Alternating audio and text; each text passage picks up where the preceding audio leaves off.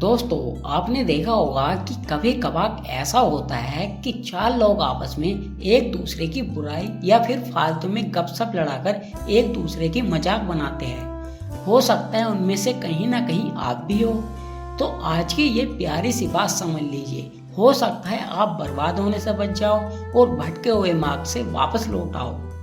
आपको एक बात बताते हैं। एक बार की बात है, एक मछुआरा रोजाना सुबह सुबह अंधेरे में उठकर समुद्र से मछली पकड़ने जाया करता था। रोजाना की तरह ही वह आज भी बहुत सुबह सुबह मछली पकड़ने के लिए अंधेरे में घर से निकला तो उसकी नाव वहां पर नहीं थी।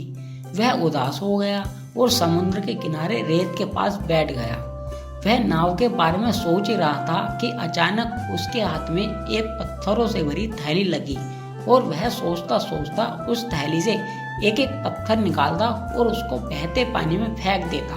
वह फिर ऐसा करता और बहते पानी में एक पत्थर को फेंक देता। ऐसा करते करते सुबह हो गई और उसकी थैली में लास्ट पत्थर बचा था। उसने वो पत्थर भी फेंकने की कोशिश की, लेकिन अचानक से उस मछुआरे की नजर उस पत्थर पर पड़ी और उसने उस पत्थर को दोनों हाथों से पकड़ लिया।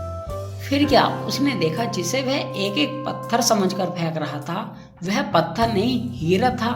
उस थैली में हीरे भरे हुए थे।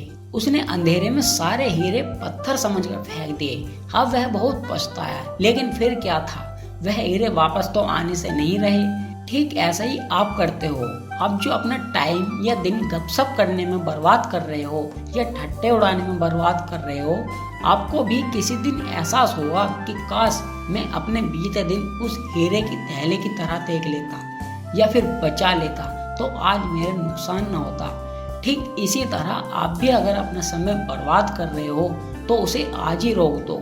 हो सकता है वह समय नहीं आपके हीरे की थैली हो या फिर हीरा हो।